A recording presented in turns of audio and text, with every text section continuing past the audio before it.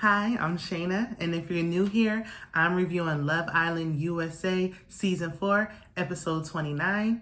And before we get into it, I was outside last night, so I'm tired, but I'm here to bring you back another great review. I got my iced coffee, so we're good to go.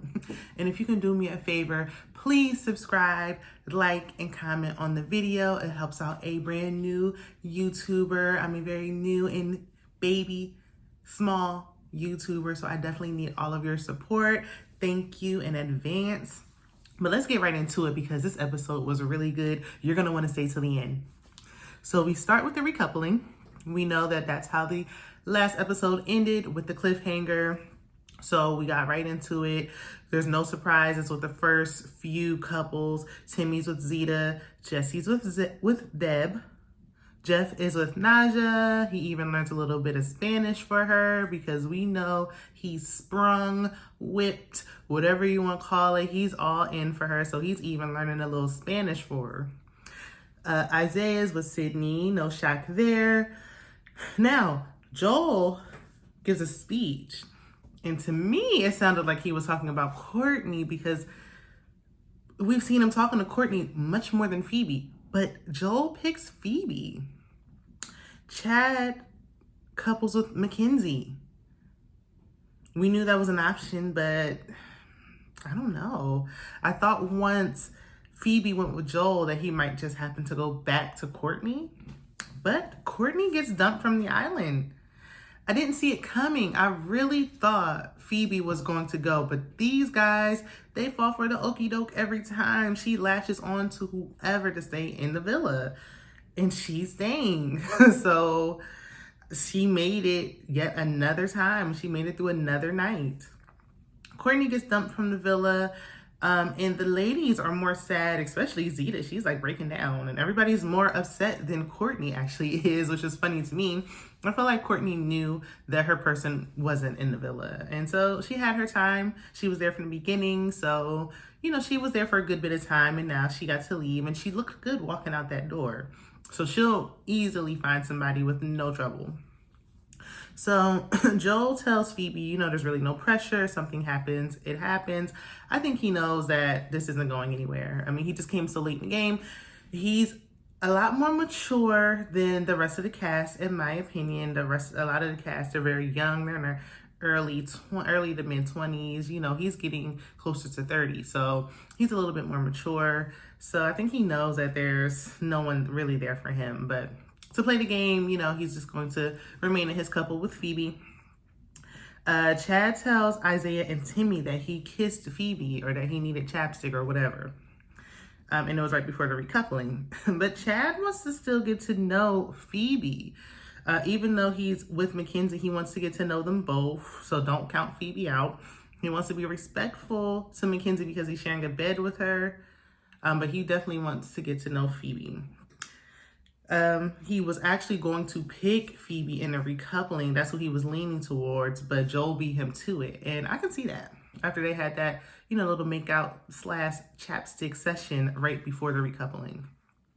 So Isaiah couldn't wait to run his mouth. He ran his loose lips over there and told Sydney, Jeff, and Naja when they were in the kitchen. So now the word is starting to get out. So, people, they might want to start telling their couples, whoever they're coupled with, about this kiss before word gets out.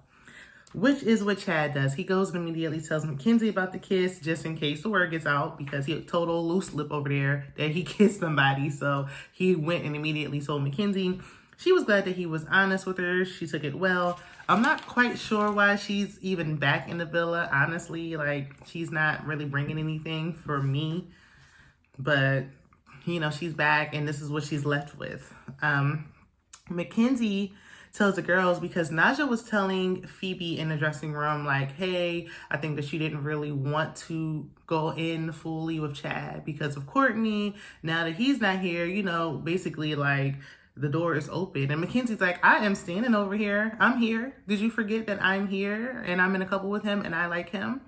And she said it hurts her feelings that they're just carrying on as if she's not even there and that she doesn't have feelings for him. That's the only guy in the house that she likes. I don't know why. I barely seen them interact. I mean, he does have a nice voice, but I don't know. I think Mackenzie may be going next. Maybe. But I was wrong. I thought Phoebe was going to go. So it's a surprise every time. Phoebe tells Joel in bed because initially when they mentioned a kiss in the ladies' dressing room, she was like, oh, it wasn't even a kiss. She tried to lie. And Mackenzie's like, I already know. He told me. So before Phoebe could even lie about it, she had to come clean. She told Joel when they were laying in the bed about the kiss and saying it happened before the recoupling. I don't think Joel honestly, like, I think he cares because he's in a couple with her. He wants to stay in the villa. But I don't really think he's feeling her like that. I think he liked Bella and Bella's gone. So that's his second choice. He might have played it safe with Courtney. He might have been better off coupling with her, honestly. They could have made it closer to the end, in my opinion. So Joel confronts Chad in the morning and tells him he knows about the kiss. Phoebe tells Naja that she still wants Chad. Naja's saying, I really think that Chad would have picked you if Joel didn't beat him to it. She's pushing for these two to be a couple. So she's a little messy. But, I do see more chemistry between Phoebe and Chad now that I'm looking at it. Chad was saying that he was never going to tell Joel about the kiss. Like, that was just weird right after recoupling. Like, hey, by the way, I kissed her. He wasn't going to do it. So he's glad that she came clean and told him. And he told Joel that he still wants to get to know Phoebe. That don't count him out. The option is not off the table. He's with Mackenzie, but he wants to get to know Phoebe.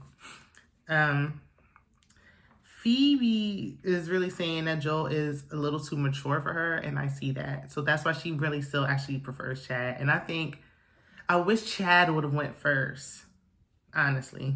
So that way they could have been in a couple. Do I see them winning? No, but I think they do make a better couple as far as, maturity level, interest, and compatibility and chemistry. Jeff gets a text that they're going to have a game. It's some weird game. I think they called it Dine and Dash, where the men have to get the food, chew it up, and spit it in the women's mouths like they're feeding a baby bird. It was gross. I didn't pay much attention. Fast forward because Joel and Phoebe win. I don't know what they like. When they win, what do they win? They won, but what was the prize? Just bragging rights? I don't know. I didn't hear that. I wasn't paying close attention though. They had messy food all over their mouth. It was gross. So Deb got a text. They're having an 80s party. They had that last season. I didn't watch season 1 and 2, so I don't know if this is an annual thing. But last season, their 80s party was giving 90s. So this season, I'm glad that their 80s party is actually giving 80s. Isaiah got the look hands down. So I really think that he, out of all the people in their 80s look, that he was the best dressed because he had his hair slicked back and he really gave me 80s tees, 80s vibes. Phoebe said she's born in the 21st century. She doesn't know a thing about the 80s, which made me feel old because even though I'm 32 and I was born in 1990, I feel like I should have been born in the 80s, learn some history, watch some old movies, listen to the music. It's a vibe, but I had to remember that some of these people are 21, So Jeff pulls Naja and he basically, in so many words, professes his love for her. In my opinion, he was saying that he's falling for her. She was giggling and told me pinky promise, and the way she was reacting initially, I'm like, this girl, Jeff, like, I want him to do that with somebody who genuinely feels that way. And she's saying that she does. She said she's falling for him too, but it took her like 5 minutes. Like, he had to go on and on before she finally said it too. And I'm not seeing it. I think maybe she likes the compliments. It's flattering. She likes that he likes her. But I don't really personally think that she's into him. I think she may like him, like he's likable, but she's not falling for him. They won't make it. Once they step foot off the villa, I don't see it for them. I don't. And I hope that now that Jeff is doing all this, especially on camera, that when he goes back into the real world and he meets somebody who's really for him, that, he doesn't lose this side of him. He said this is not who he normally is. He's normally a player. So I hope he doesn't go back to that because of Naja. I hope she doesn't break his heart. So Joel and Mackenzie are chatting at the party. They're off to the side and they're just talking about their couples. They're saying they feel good in their couples. Joel's asking Mackenzie if she thinks Phoebe is a threat, and Mackenzie's saying no. How?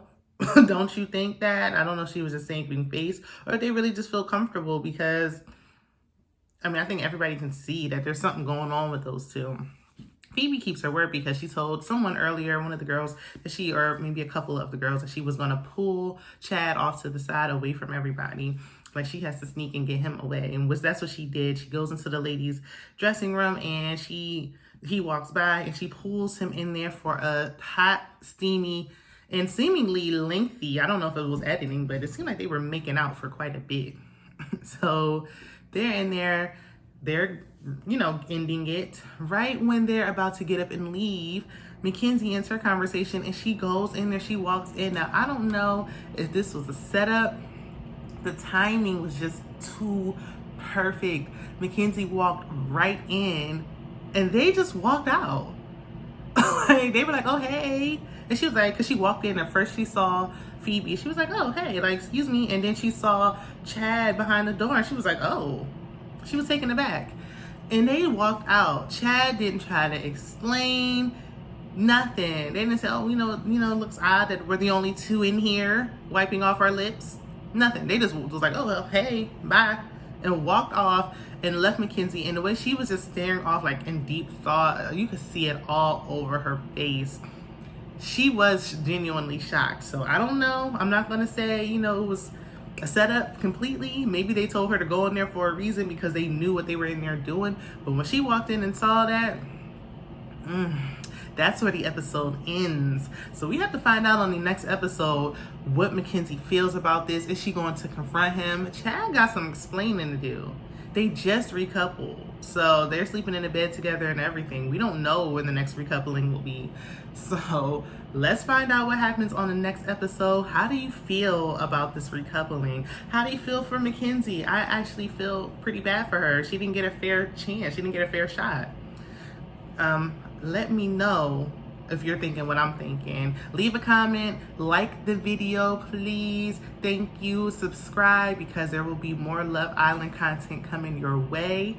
And I'll see you on the next one. Bye.